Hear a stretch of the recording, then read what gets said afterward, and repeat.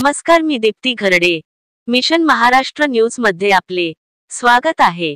साहित्यरत्न लोकशाहीर अण्णा भाऊ साठे यांनी आपल्या लेखणी व कार्यातून वंचित, श्रमिक आणि कष्टकरी समाजाच्या जीवनाचे वास्तव मांडले. त्यांनी दाखवून दिलेल्या विकासाच्या मार्गावर तरुण पिढीने पुढे चालावे, त्याकरिता तरुण पिढीने त्यांचे विचार आत्मसात करणे अत्यंत गरजेचे आहे, असे प्रतिपादन आंबेडकरी रिपब्लिकन मोर्चाचे राष्ट्रीय अध्यक्ष नारायण बागडे यांनी आज येथे व्यक्त केले. ते साहित्यभूषण अण्णा भाऊ साठे यांच्या 105व्या जयंती निमित्ताने साहित्यभूषण अण्णा भाऊ साठे बहुउद्देशीय विकास संस्था द्वारा अण्णा भाऊ साठे भवन ट्रस्ट लेआउट पांढराबोडी येथे आयोजित समाजातील होतकरू विद्यार्थी, कलावंत, दाई, क्रीडा क्षेत्रात काम करणाऱ्यांच्या सत्कार कार्यक्रमात बोलत होते.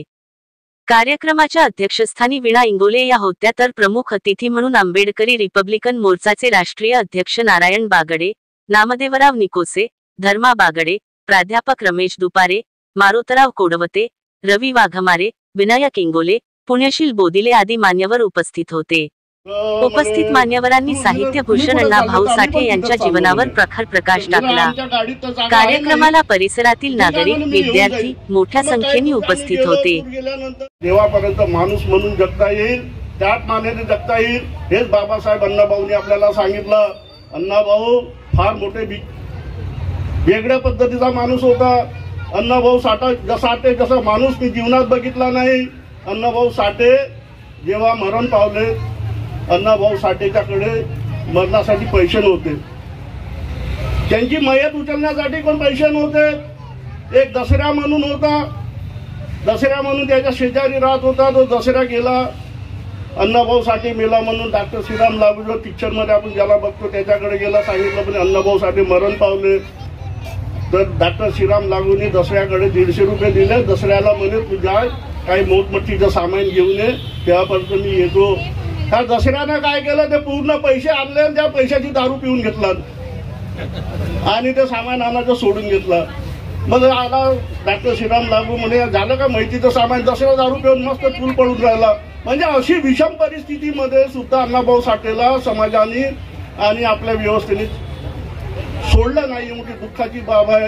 अण्णाभाऊ साठेच्या त्या महान विचाराला आपल्याला शैक्षणिक ताल धरणं आवश्यक आहे. किती चांगले मुलं आता मगाशी स्वागत गीत बोलले, किती चांगली प्रगतीने. आजचा कार्यक्रम पाहून मी फार भरारून गेलो. खरं विनाताई तुझं फार फार धन्यवाद. आणि अशाच पुरी जर निर्माण झाल्या, अशाच महिला निर्माण झाल्या तर आपल्या मातंग समाजाची प्रगती फार लवकर होईल. आणि या पांढराबोडीच्या मातंग समाजाच्या वतीनं या पांढराबोडीमध्ये राहणारा मातंग समाज पुन्हा महाराष्ट्राचे नेतृत्व करेल एवढी ताकद ह्या मातंग समाजामध्ये पांढराबोडीमध्ये आपण निर्माण झाली. कारण की आपण 1 वर्ष सोडला नाही. बाबूजी सोनटक्के तुम्ही साक्षीदार आहेत की मातंग समाज अण्णाभाऊ साठेची जयंती मनातून करते. कोणतं राजकारण नाही ठेवत, कोणत्या भानगडीत नाही पडत. आणि इथला आमचा मातंग समाज इच्छेने आणि आपल्या मनाने अण्णाभाऊ साठेला वंदन करते. आणि आज 10 लोकांचं घर होतं इंगोलेचं, आज 10 लोकांचे 200 लोक झालेत. आणि सगळ्या पुरी बारी सुना आमच्या सगळ्या चांगल्या कामात आहेत, चांगलं काम करतात, चांगली वैचारिक क्रांती करतात, चांगल्या सगळ्या समाजाला सोबत राहतात, कोणते राजकारण करतात, दलित, मागासवर्गीय, आदिवासी, मुस्लिम सगळ्या लोकांसोबत मनमिळाऊ स्वभावाने वागतात. हेच तुमच्या अण्णाभाऊ साठेचं प्रतीक आहे. तुमच्या विचाराला मी वंदन करतो. माझा जास्त वेळ घेणार नाही, एवढंच बोलतो आणि मी इथे थांबतो. सगळ्यांचं अभिनंदन.